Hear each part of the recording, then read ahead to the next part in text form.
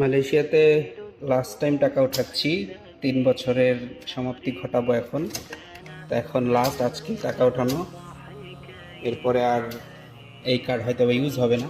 যদি ইউজ হবে একটা কারণে, আমার কার্ডে কিছু টাকা ঢোকার কথা আছে। কারণ হচ্ছে গিয়ে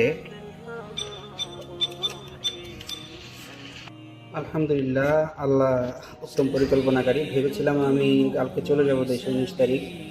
তো 19 জুলাইয়ে যাওয়ার পরে টাকা ঢুকবে না, আলহামদুলিল্লাহ টাকা ঢুকে গিয়েছে আগেই।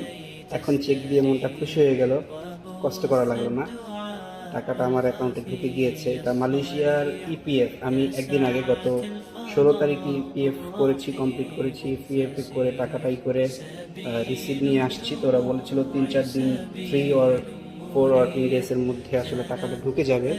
তো আলহামদুলিল্লাহ টাকাটা ঢুকে গিয়েছে এর আগেই। আল্লাহর কাছে শুক্রিয়া, কষ্ট করতে হয়নি, কারোর কাছে কার্ড দিয়ে যেতে হয়নি। তো আলহামদুলিল্লাহ, আল্লাহ উত্তম উত্তম পরিকল্পনাকারী। তো ভালো থাকবেন সবাই, আল্লাহ হাফিজ।